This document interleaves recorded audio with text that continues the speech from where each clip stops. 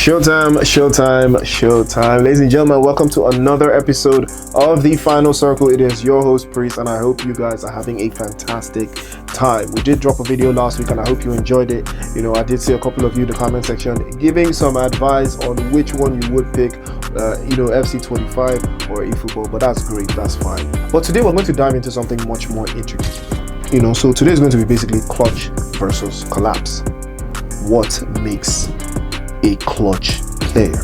What makes a player so good that they turn up under pressure, not once, not twice, but time and time again?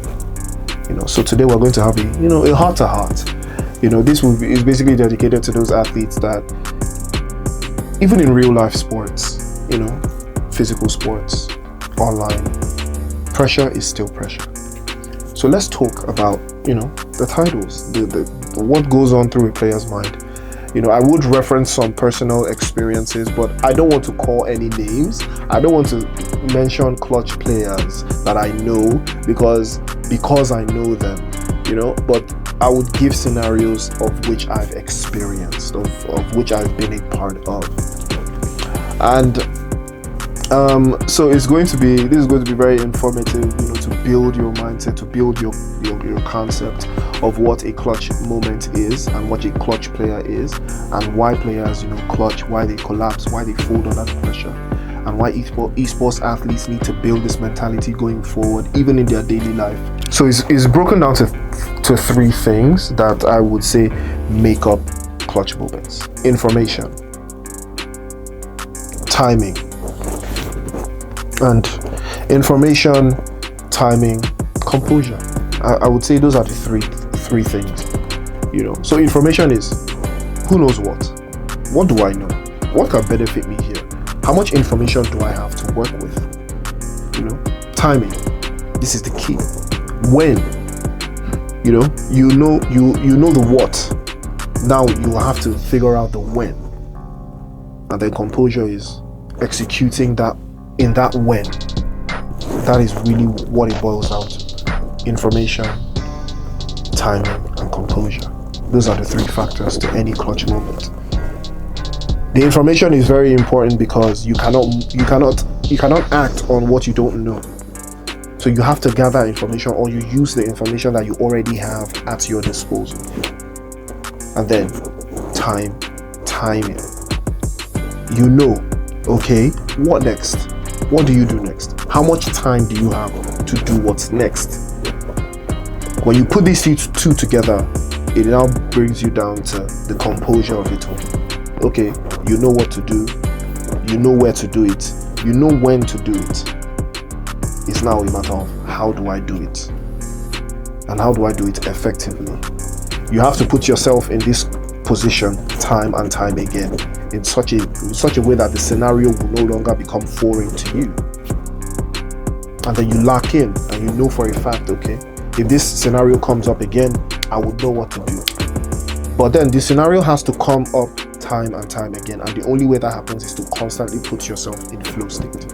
You constantly have to put yourself in that position, in that predicament that allows you to function at that level consistently. So that is where you need to, pull together your resources, your mindset, and capitalize it into one. Then become the best version of yourself in that moment and become a clutch player. Another thing we tend to forget is, everybody wants to succeed, but failure is part of the game as well. When you lose out, when you fail, you pick yourself back up and you learn from your mistakes. You do better, you improve. But you have to fail first. You have to fail first. In order to succeed, you have to fail first. And then you do better. You fail again, and then you do better. You fail again, and you do better, but you're constantly doing better. And all those extra times you do better is much more important than all the times you have failed, because when you win, it ties into that, and it becomes what we call a full circle moment. That is what builds the clutch player mindset. Like I said, pressure does not mean you are in trouble. It doesn't mean you are in danger. It just means the moments that you are in, it matters. So you welcome it. You're not afraid of it. You know that the moment matters. You know that everything you do in this particular moment is going to bring down by the end of that game or by the end of that match, every single thing matters. It is good. Yes, it is high pressure, but still, it is required. Pressure makes diamonds, let's not forget. So that is the key. You have to build that mindset. And the way to train it is to be consistently in that state. Every single time you are in that state, even out of the game, you are in that state. Always ready for anything else. So I also think another way to build this mindset is to always slow the pace of the game down and take the pressure off. We can tie this to any sport, football, Call of Duty, PUBG Mobile, any game. There's always high pressure situations, and then the clutch players, they always find a way to slow the game down. Even in football, there are specific players that have specific roles, but then it can fall into anybody's responsibility to play these roles. You can have a holding midfielder, for example.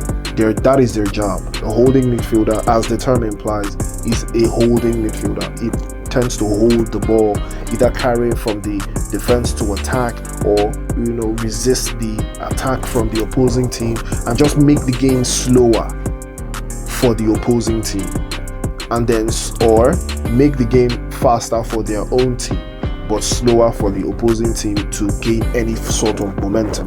It's the same thing. That is their role. But then the game can change in different ways, and then you have to factor in, this is where I have to come in. This is the responsibility I have to take now, as it has fallen on me because I was ready, I was prepared.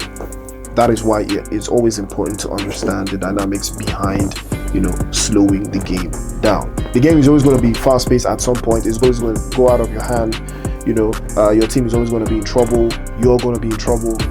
But you always have to find a way to slow things down for you to take a mental snapshot of what is going on in the game or outside of the game. You always have to, keep it surrounded, keep it grounded, understand the concept of what is going on outside the game, and then you understand, okay, this is what I need to do to slow things down and give my team an opportunity to get to this point or to do this, to achieve this. There's always going to be a goal in that moment. This is what we want to achieve now. If I slow the game down long enough, I think we can achieve this. It all boils down to how well you can slow the game down, take the pressure off, and bind with exactly what is going on within the game. So clutch players and players that choke under pressure, they are two sides of one coin. All you have to do is understand the information, the timing, and the composure. Once you have those three locked in, you're going to be a clutch player in any esports title. I'll see you in the next episode. I will know what we'll talk about. Until then, don't forget to like, share, subscribe.